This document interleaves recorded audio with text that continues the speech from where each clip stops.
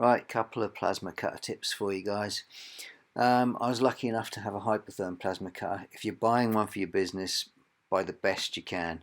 I could only afford a powermax 30, but still it's an awesome tool. And somebody said to me years ago when I was young and green, make your tools work for you, don't work for them.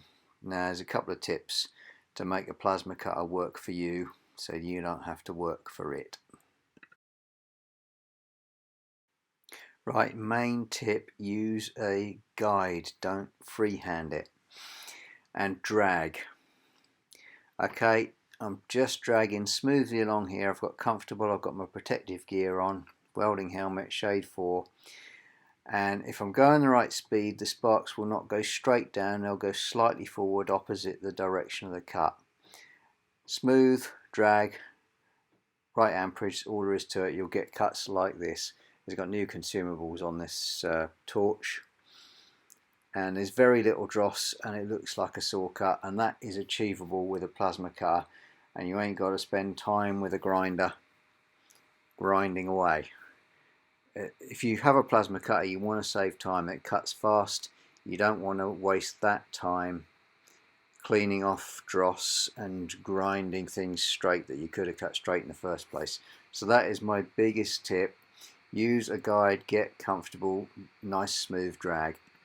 Right, now here I've got some stainless, and if you're plasma cutting stainless you need some breathing equipment. It's a little more hazardous. You do not want to be inhaling the fumes. There are some nasty chromium products that come from plasma cutting stainless, and they will do one of two things, kill you quickly or kill you slowly and horribly. So do not inhale. Now, as before, find yourself a guide. I don't have a fancy circle cutter, which you can get if you have a lot of circles to do. They're great. But I have found an old bearing cone, which is going to give me the size I want. So again, I'm going to be comfortable like TIG welding and try and cut these holes that I need to cut and leave myself minimum cleanup. As I said, I bought an expensive plasma cutter. It's got to save me time. I want it to work for me. I want to work after it. So this sheet should pierce easily. It's thin. If I had to pierce a thicker sheet, I'd start in the middle of the hole on the waist and then move to the edge. But this will pierce almost instantly without, without any collateral damage. So I'm taking some dry runs. Again, I'm dragging, although it involves a start and a stop. I just don't like pushing these torches forward. If a little bit of dross builds up under the head, it'll stick. Whereas if you're dragging, it'll tend to ride up over it. So again, after a few dry runs, making sure I'm really comfortable, I'm just going to go for it. Press the tip, drag round this way, press the tip, drag round this way. That falls the bit, and we've got a nice neat hole there. Again, minimum cleanup. I want to be on this for a few minutes with a whizzy wheel. I don't want to be spending time cleaning up that tough recast that you get on stainless. Alright, now another thing that you can use as a guide is a bit of soft, this is conifer brake pipe. Yeah, it's just commercial vehicle brake pipe.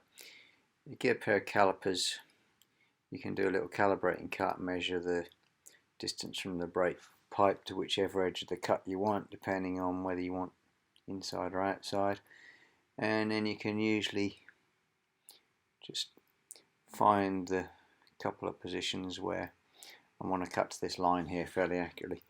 Find a position where that's going to work.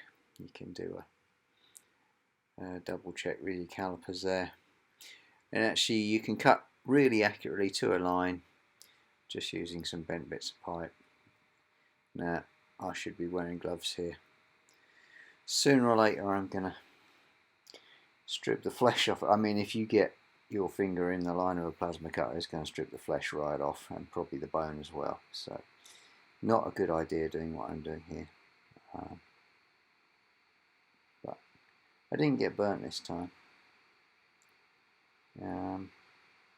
Again, just position your guide. Always use a guide and always use it on the side where you don't want to slip and cut. And keep your fingers on that side as well. And just one little last cut there of the hole. I'll drill some holes first. That's a little buffer plate that we made.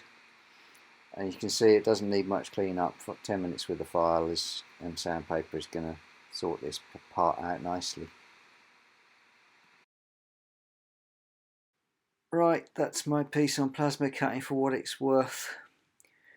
Please, if you have enjoyed this video in any meaningful way, or if you've even made it to the end, like, share and subscribe. Thanks very much for watching. Good night.